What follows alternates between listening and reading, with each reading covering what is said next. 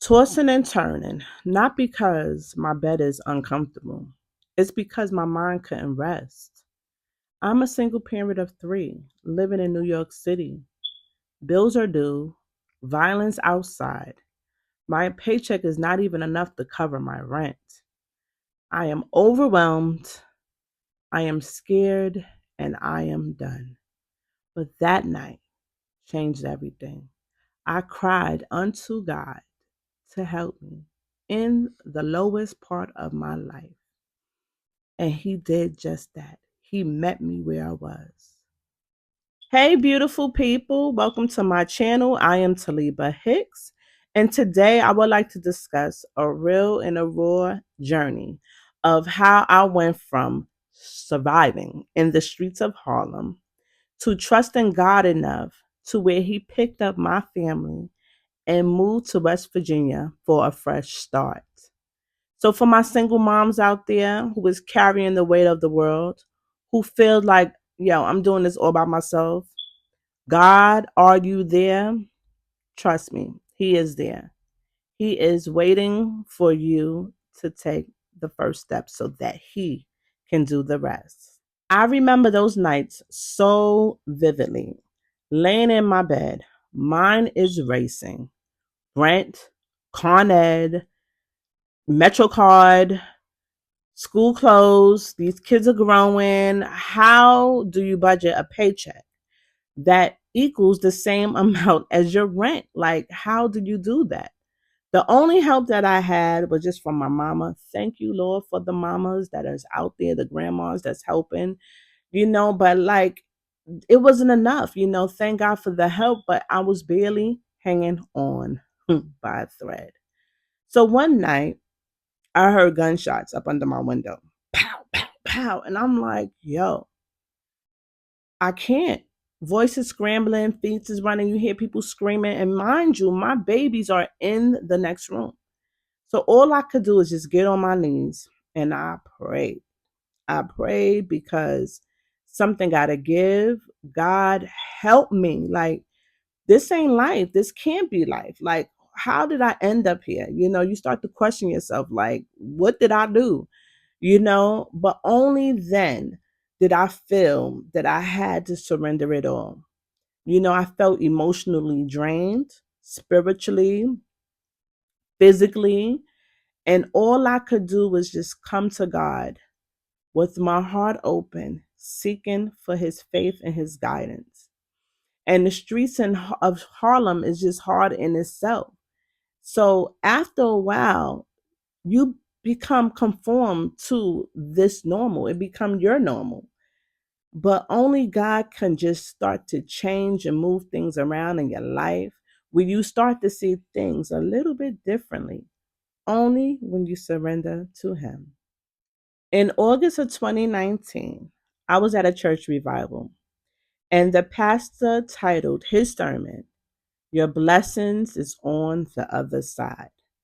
When I tell you, my spirit leaped.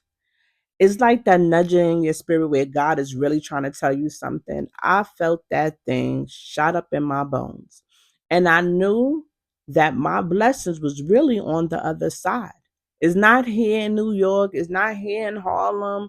It's not here. My blessings is truly on the other side if I trust God. So I knew God was speaking to me directly. I knew it. I knew it. And He didn't say that it was going to be easy. I had to face betrayal. I had to face loss, grieving, anxiety, depression, heartbreak, everything you could imagine. I had to go through. But going through had brought me to the other side where I fully committed my life to God, where only through Him I knew I had to trust Him that I would get out of this. The test was real, but the triumph was even better. There was victory on the other side if I continued to trust and let God lead me. And that's exactly what I did. So God definitely continued to show me that Harlem, New York City is no longer our home. So in July of 2022, I packed my babies up. I trust God and I hit the road. People thought I was crazy. They like, West Virginia, where is that? Like, where's that on the map? But yeah, I obeyed God. And let me tell you, it was the best thing I could have did for me and my family. There's fresh air, there's better opportunities, there's safety, and a new beginning. And when I tell you that my kids are thriving, I'm thriving, it's like a new beginning, a fresh start, like I said. So even though I'm still single, I am no longer struggling in silence. I have God. He is my provider. He is my protector. He is my partner. He is my business partner. He is my everything.